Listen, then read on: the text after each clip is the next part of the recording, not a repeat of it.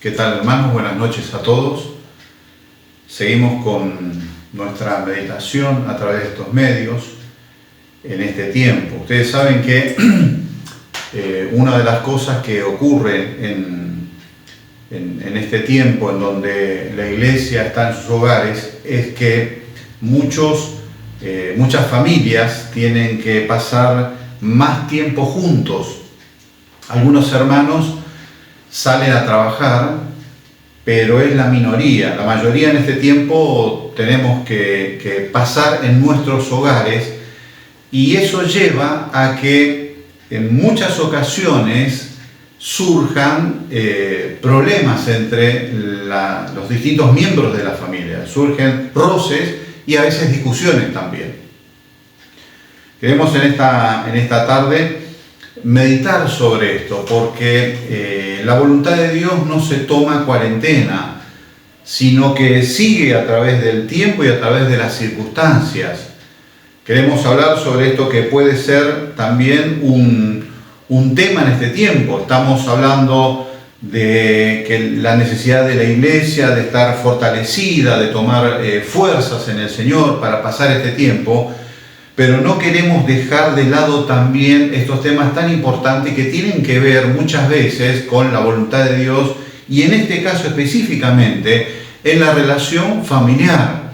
Decimos que por estar mucho tiempo, a veces las 24 horas juntos, suelen surgir aquellos roces, aquellos problemas entre los distintos familiares, y queremos enfocarlo a través de la luz de las Escrituras. Muchas veces se ha tocado este tema, la familia, los distintos miembros de ella, los integrantes de la familia, y a veces yo he notado que se confunden algunas características de la familia. Miren, la Escritura nos dice, por ejemplo, que cada miembro de la familia tiene su rol. Y de acuerdo a ese rol está la función a cumplir. Por ejemplo, al padre se le dice que él es cabeza del hogar. Y eso significa que él es responsable de las decisiones que se toman en ese hogar, de las decisiones delante de Dios. Por ejemplo, Adán era responsable de su hogar y Dios lo hace responsable a él de las decisiones que se tomaron en ese hogar. Al hombre se lo hace responsable como cabeza de la dirección espiritual que toma el hogar. Por ejemplo, el ejemplo sería,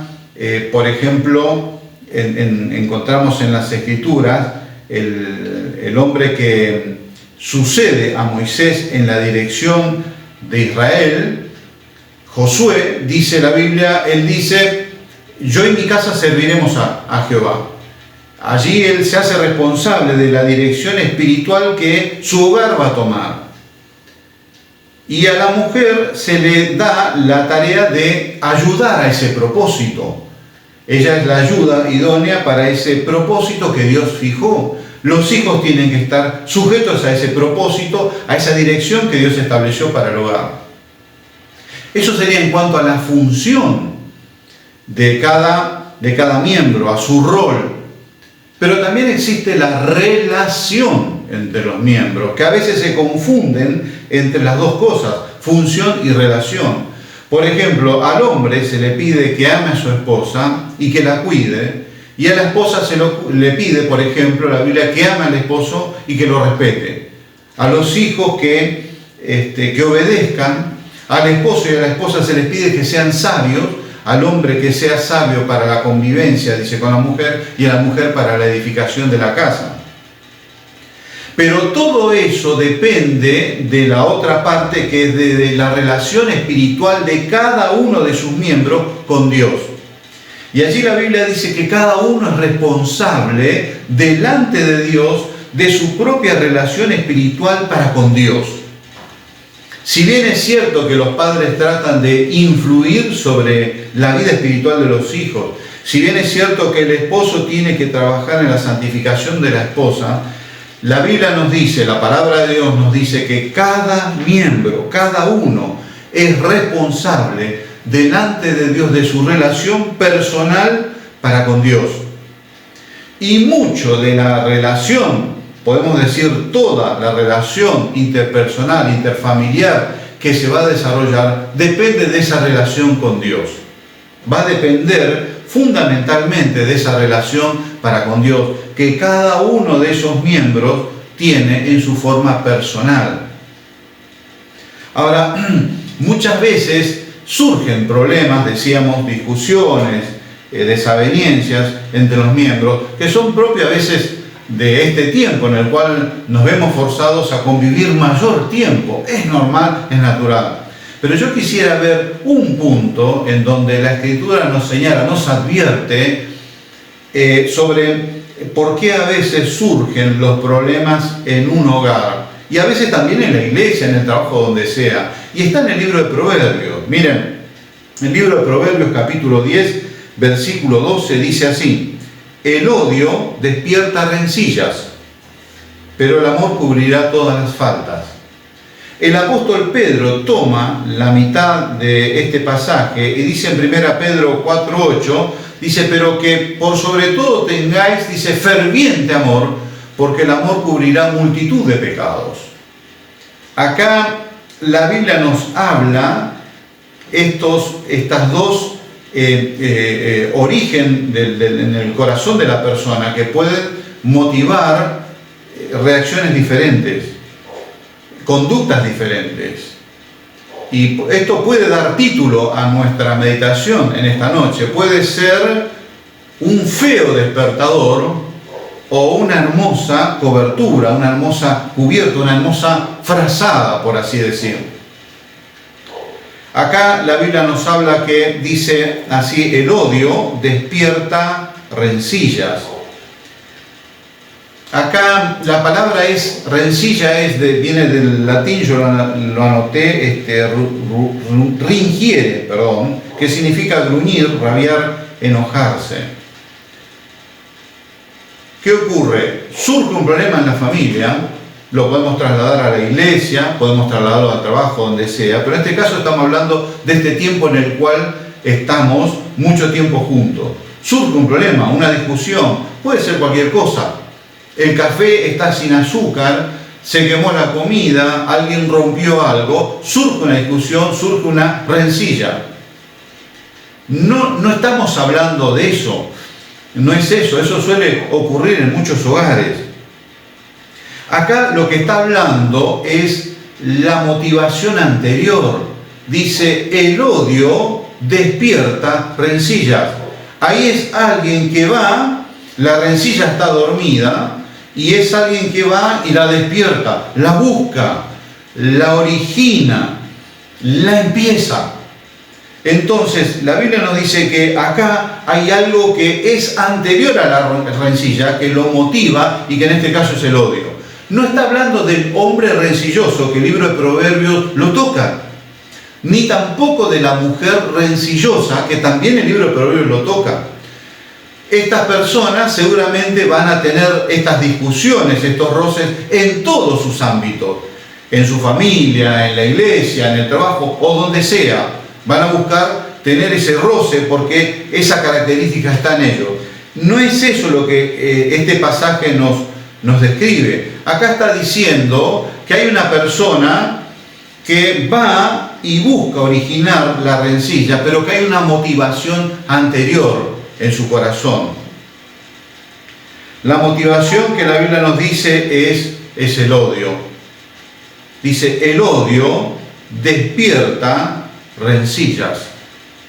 Tiene algo en el corazón esa persona que hace que vaya y busque ese roce, esa discusión. Es una rencilla. Miren, en una escala de 1 al 10 estaría de la mitad para abajo. No es un homicidio. No es una agresión, sino que es un enojo casi pequeño, un enojo, una discusión. Pero aquí la Biblia nos está describiendo que eso tiene un origen anterior y que es el odio. Ahora, uno dice, es una palabra muy fuerte el odio. Ubicarlo, la palabra odio dentro de un hogar es algo muy fuerte.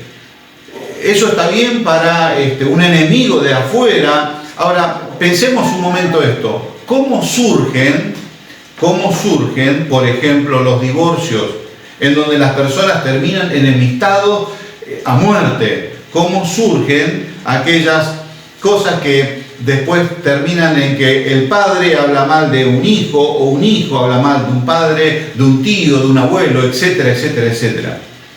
Se originan en cosas que acá, por ejemplo, la Biblia nos describe como el odio. Ahora, uno podría pensar, ¿cuál puede haber sido el motivo de que esta persona, cualquiera, puede ser el esposo, la esposa hacia el esposo, el esposo hacia la esposa, el hijo hacia el padre hacia el hijo, el abuelo hacia el nieto, el abuelo hacia el tío, etcétera, cualquier relación interfamiliar, ¿cuál puede ser el motivo por el cual haya esta motivación, este odio?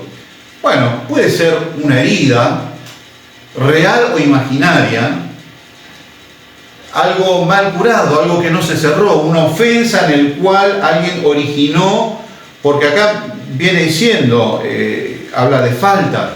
Puede ser algo que haya ocurrido, no necesariamente en los cercanos, sino a veces ocurre a través del tiempo. Miren, las heridas, por ejemplo, nos dice la Biblia que pueden permanecer como herida a través del tiempo. El profeta Jeremías dice, ¿por qué fue perpetuo mi dolor y mi herida desahuciada no admitió curación? Allí hay una herida que permaneció como herida a través del tiempo. Pero puede ser de que esa herida, por ser maltratada, se infecte y degenere en un odio. Por eso es que el profeta Ezequiel dice en el capítulo 25 del libro de Ezequiel, en el versículo 15, dice, así ha dicho Jehová el Señor, por lo que hicieron los filisteos con venganza, cuando se vengaron con despecho de ánimo, destruyendo por antiguas enemistades. Había un juicio que se avecinaba sobre la nación de Filistea, y Dios le dice el motivo, dice, miren, destruyeron con despecho de ánimo.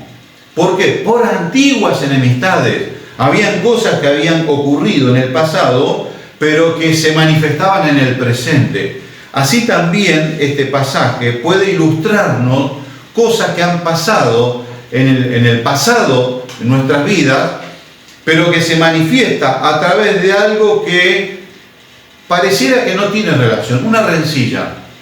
No está lo pasado sacado a la discusión, sino que discutimos acerca de algo que ocurrió en el momento. El café está sin azúcar, o algo parecido, se rompió ese plato, por nombrar una nimiedad.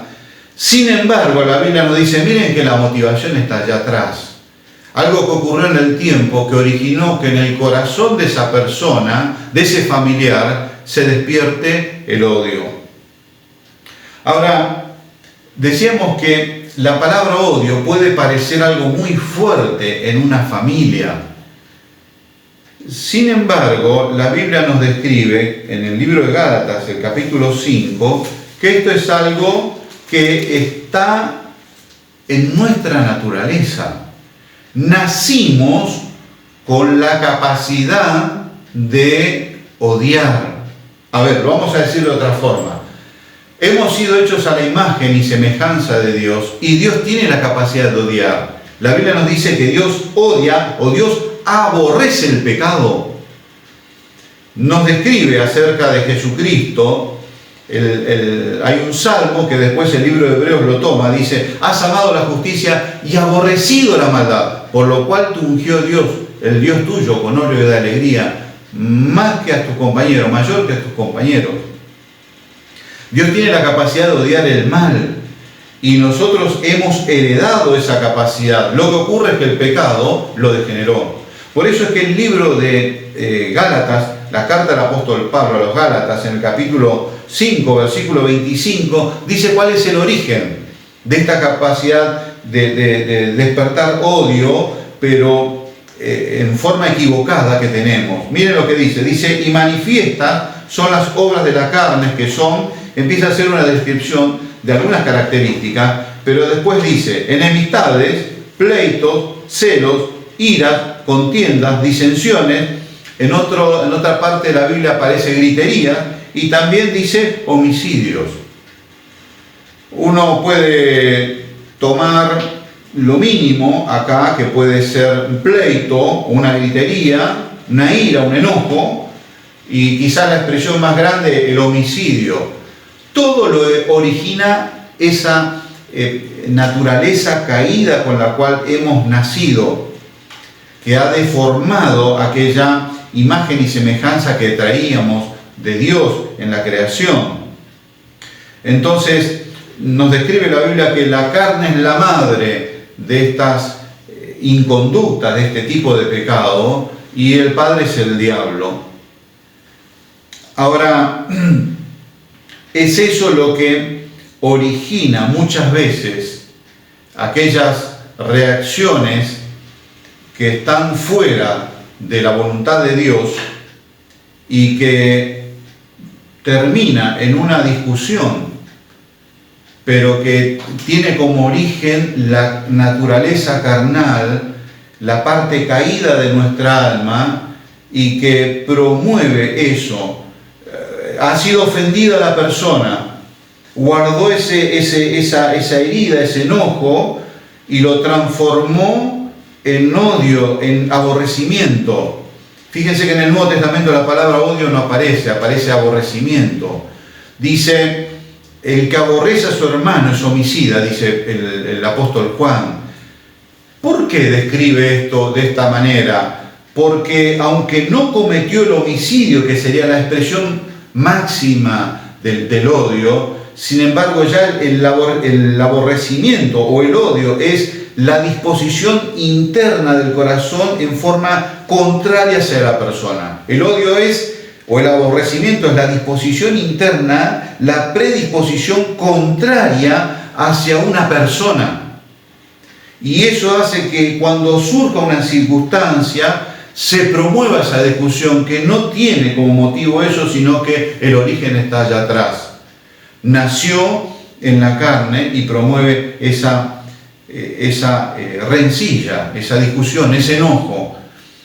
Ahora, fíjense que también está la provisión de Dios para esto. No termina solamente en la descripción del origen, del por qué las discusiones en la familia, o vuelvo a repetir, en la iglesia, o en el trabajo, o donde fuere.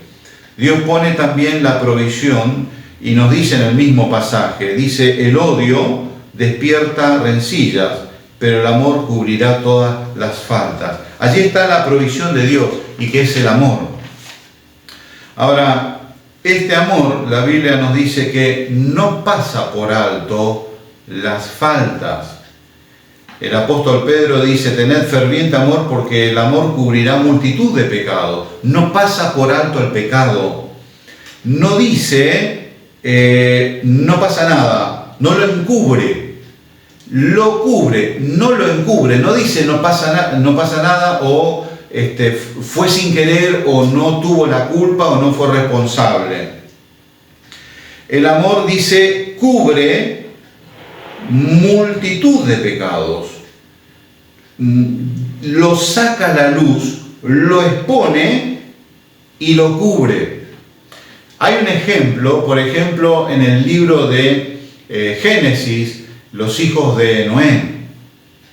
La Biblia nos cuenta que Noé había bebido de más y estaba acostado en su tienda, desnudo, y los hijos de él, dos de ellos, se enteran de esto.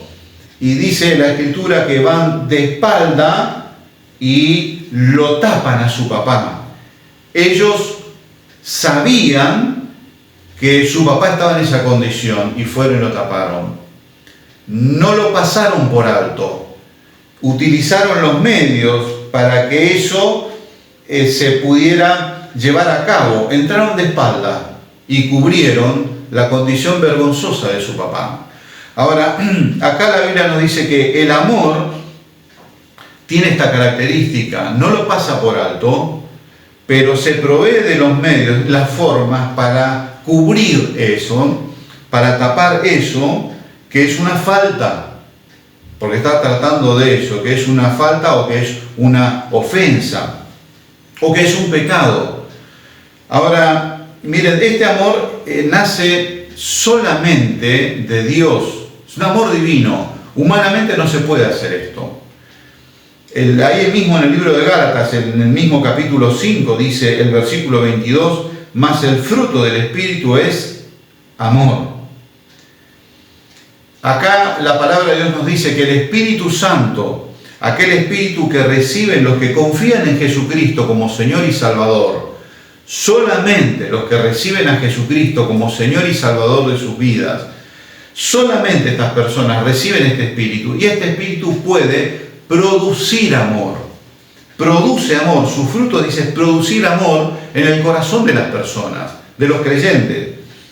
Y este amor produce el Espíritu Santo solamente cuando el creyente se une a través de la comunión diaria, de la búsqueda personal todos los días de estar junto al Señor Jesucristo. Hay una promesa en el libro de Oseas, Dios dice, de mí será hallado tu fruto. Y acá el fruto nace de Dios cuando la persona busca a Jesucristo y ahí recibe el alimento espiritual para que se manifieste este amor. Este amor está descrito en el capítulo 13 de 1 Corintios y solamente un versículo, dice en el versículo 5, dice así, dice que este amor no hace nada indebido, no busca lo suyo, no se irrita, no guarda rencor, no se queda con aquello que lo lastimó, no lo transforma en algo malo.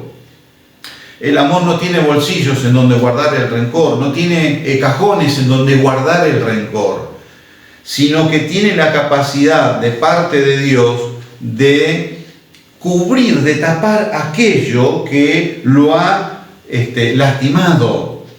Miren, el amor es más para el ofendido que para el ofensor. Cuando la persona tiene la capacidad dada por Dios de amarlo, es como, fíjense, les doy un ejemplo que puede parecer burdo. A veces sacamos la basura en bolsas afuera y por ahí viene un gato, un animal, lo rompe y sale el mal olor de aquello que se está descomponiendo. Pero hay bolsas que tienen un cierre hermético, que quedan en forma compacta y no permiten que salga eso que por ahí está en mal estado. Bueno, el amor tiene esa capacidad de cubrir eso, de tapar eso, de envolver eso, para que lo malo no salga de tal manera que desagrade o siga afectando. Voy a terminar con esto. Es eso precisamente lo que Jesucristo hizo con nosotros. En el libro de Romanos, capítulo 4, el versículo 7, dice así, el apóstol Pablo: bienaventurados aquellos cuyas iniquidades son perdonadas y cuyos pecados son cubiertos. Bienaventurado el varón a quien el Señor no inculpa de pecado. Aquí nos dice la Biblia que el Señor Jesucristo cubrió nuestros pecados. No fue que pasó por alto. No dice la Biblia que Él en la cruz dijo, no pasó nada. Todo lo contrario. En la cruz, cuando Él murió por nuestros pecados, precisamente estaba declarando lo feo, lo malo, lo horrible, lo condenable y aborrecible que es ante sus ojos nuestra maldad. Es más, en la cruz, cuando nosotros nos acercamos, precisamente confesamos nuestro pecado, reconocemos nuestro pecado, si no es imposible recibir esa cobertura. Su amor a través de esa sangre derramada es lo que nos cubre, pone a cubierto nuestros pecados. Su sangre derramada en la cruz cubre nuestros pecados y los borra. Por eso, en esta noche queremos volver a repetir este versículo en el cual hemos meditado. Dice, el odio despierta rencillas. Y ahí está ese feo despertador, lo despierta rencillas, pero es algo que ocurrió antes.